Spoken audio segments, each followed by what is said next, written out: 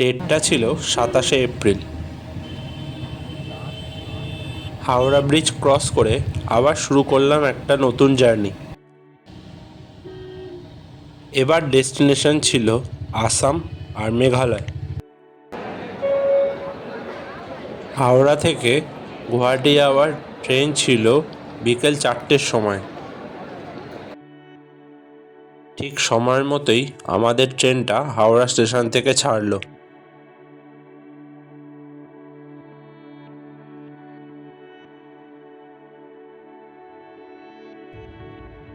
আস্তে আস্তে বাইরে সন্ধে হয়ে আসছিল। সন্ধে হয়ে আসার সাথে সাথেই আমরা একটু চা আর বিস্কুট খেয়ে নিলাম।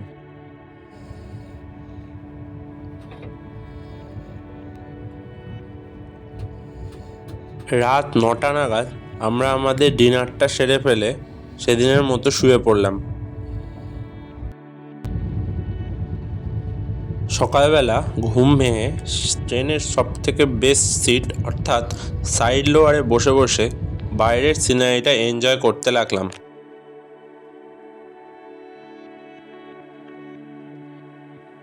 কিছুক্ষণ পর চা বিস্কুট খেয়ে আমরা সকালের ব্রেকফাস্টটাও ট্রেনেই করে নিলাম।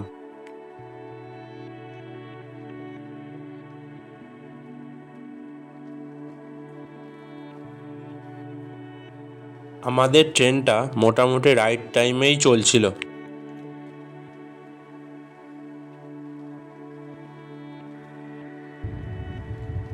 কিছুক্ষণ পর আমাদের ট্রেনটা ব্রহ্মপুত্র নদী ক্রস করলো।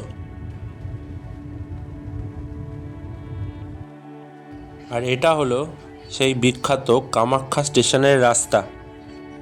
যারা শুধু কামাখ্যায় পুজো দিতে আসেন তারা এই স্টেশনেই নেমে যান। সকাল 10টা অর্থাৎ ঠিক রাইট টাইমেই আমরা গুয়াহাটি স্টেশনে পৌঁছে গেলাম। হোটেল পৌঁছে খাওয়া দাওয়া করে আর রেস্ট নিয়ে আমরা বিকালবেলা চলে গেলাম বশিষ্ঠ মুনির আশ্রম দেখতে।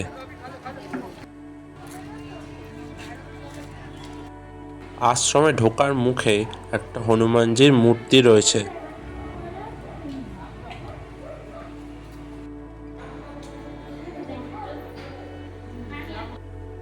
এটা হলো আশ্রমের গর্ভগৃহে ঢোকার রাস্তা।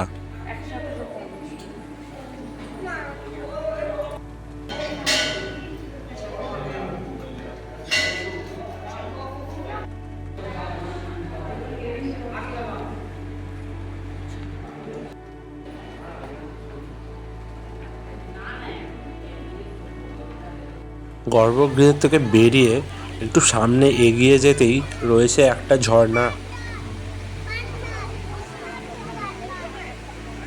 এখন এই ঝর্ণায় বেশি জল না থাকলেও বুঝতে পারলাম যে বর্ষাকালে এই জায়গাটাতে প্রচুর জল থাকে।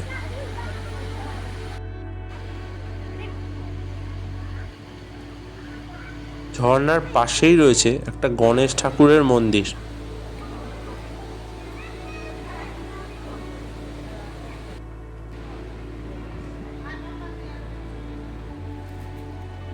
বশিষ্ঠ মুনির আশ্রম ঘোরার পর আমরা সেখান থেকে চলে গেলাম বালাজি টেম্পল দেখতে।